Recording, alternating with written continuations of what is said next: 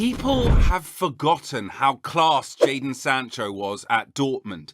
But after his poor and turbulent spell at United, he is back. Sancho had an impressive debut for Chelsea after their new manager Enzo Maresca claimed the winger needs to feel loved to get the best out of him. Is Chelsea showing Sancho the love? This debut, although it's only the beginning of his Chelsea days, had some fans reminiscing about Eden Hazard back in the day. So will Jadon Sancho be anything like the next Hazard for Chelsea? Sancho actually has a lot in common with the Chelsea icon. The two are regarded as excellent dribblers in Europe. In February 2019, the two of them ranked as the top 6 dribblers in Europe, with Hazard at third with a dribble every 21 minutes and an 18-year-old Jadon Sancho with a dribble every 24 minutes. Unfortunately, after transferring to United in the summer of 2021, Sancho became a shadow of his former self and struggled to maintain consistency. Now Jadon has decided to gain form by betting on himself. Not literally, let's hope. He chose to join Chelsea on loan and's off to a bright start. With Cole Palmer leading the line for Chelsea for the last 12 months, can Sancho bring some of that same quality to the left wing and properly start Chelsea's climb back to the top of world football? The last time Sancho took a risk, it ended well for him, when Pep Guardiola took Phil Foden to Manchester City's pre-season tour of the United States in 2017 and decided to drop Sancho. Guardiola believed that Sancho wasn't ready for the intensity of first-team football, and Sancho didn't like this one bit. So he decided to stop going to training, and instead he began to find his way out of City. Borussia Dortmund offered £8 million in the 2017 summer transfer window. City took the money, and off Sancho went to the Bundesliga. And at first, it looked like a rash decision. Sancho didn't make the squad and had to deal with fitness issues. Eventually, he debuted for Dortmund in October that season, but his injury problems wouldn't go away. But still, Jadon kept his head down and continued to work on recovering and getting back on the pitch. It wouldn't be until January that his efforts would prove fruitful, especially in terms of output with his first assist. When he returned from that injury, Sancho had a breathtaking performance in April 2018 against Bayer Leverkusen. In that match, he scored a goal and produced 2 assists in Dortmund's thrilling 4-0 win. From then on, one thing was finally clear. Sancho had arrived. When he began his second season for Dortmund, Sancho was physically and mentally fit.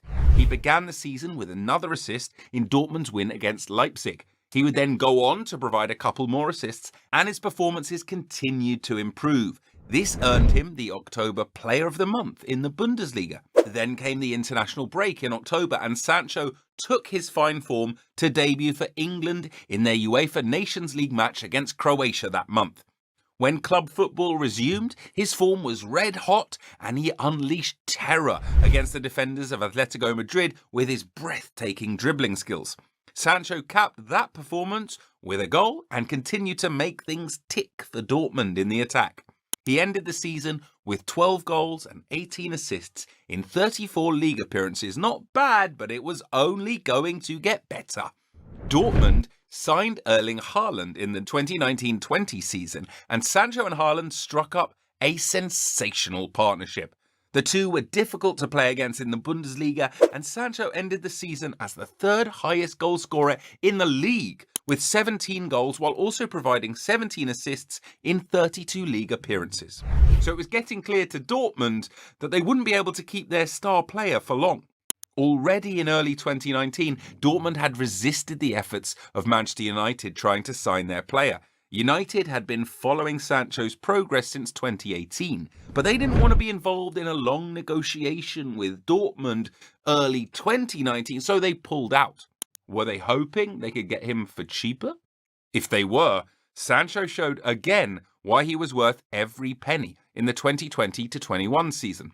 He dealt with injuries that season, but still, in the 38 appearances, he bagged 16 goals and 20 assists. United couldn't resist going to negotiate for Sancho again, and they made a beeline for his signature. Dortmund played hardball, and United had to pay €85 million to secure Sancho's services.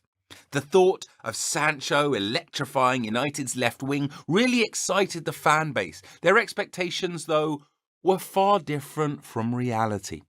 Sancho would delight fans, but those moments would only come fleetingly. He stayed at United for only 2.5 seasons and only scored a total of 12 goals for United. So what actually happened? Well, Cristiano Ronaldo played a part, but it's not what you think. Cristiano returned to United in that same 2021 season that they signed Sancho, and it led to United making some tactical changes. Sancho couldn't play in his preferred left wing, where he's more dangerous, because Ronaldo had changed things. United had sacked Jose Mourinho to hire Ole Gunnar Solskjaer in the 2018-19 season. When Ole became full-time manager the following season, part of the changes he made was to return Marcus Rashford to the left wing, the same position Sancho loves to play in. Rashford performed excellently in that position, and he remained there when Cristiano and Sancho joined. Cristiano led the line for United, and the tactical tweaks that followed had Sancho competing with Paul Pogba, Anthony Elanga, Jesse Lingard and Edinson Cavani for different positions in the forward areas.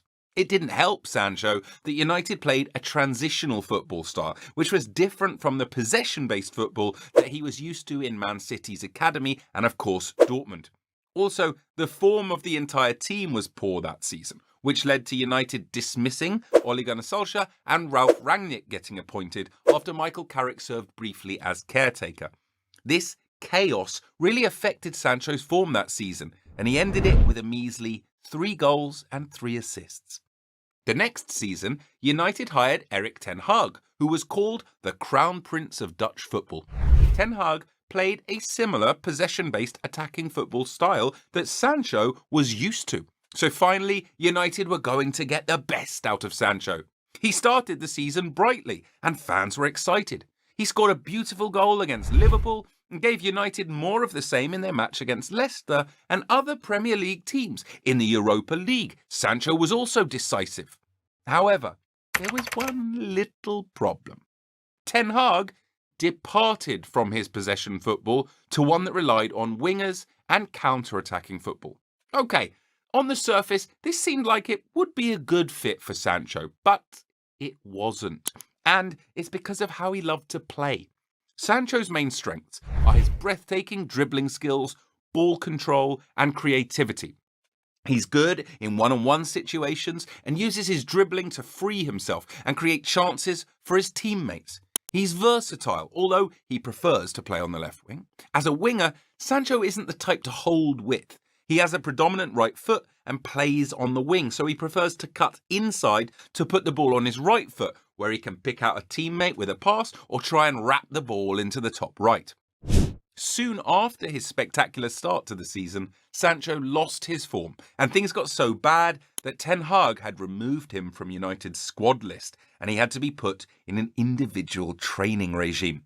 When Sancho returned to the squad, he showed the Dortmund version of himself, but he couldn't sustain his form, and he ended the season with 6 goals and 3 assists in 26 Premier League appearances.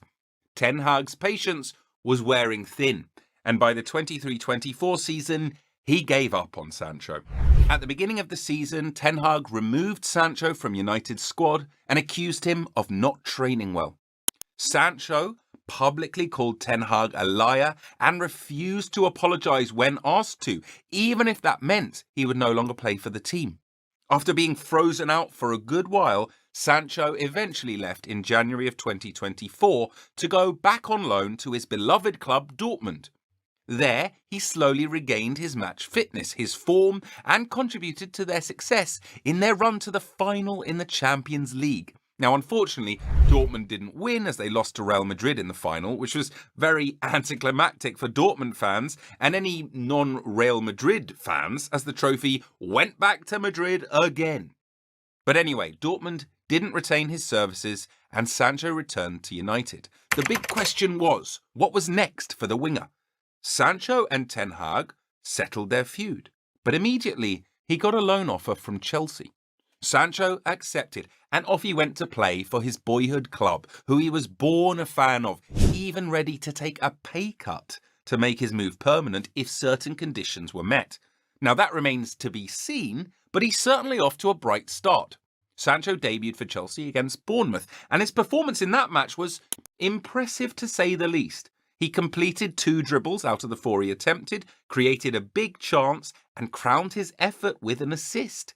He was playing with supreme confidence, something that is an incredible improvement in football and something that a lot of players have struggled with and are currently struggling with, like Marcus Rashford. Rashford's often turning backwards and playing negatively, and this is something he needs to change. After the match, Chelsea fans noted something exceptional about Sancho's performance. He brought back memories of Eden Hazard with his quick feet, pace, and creativity.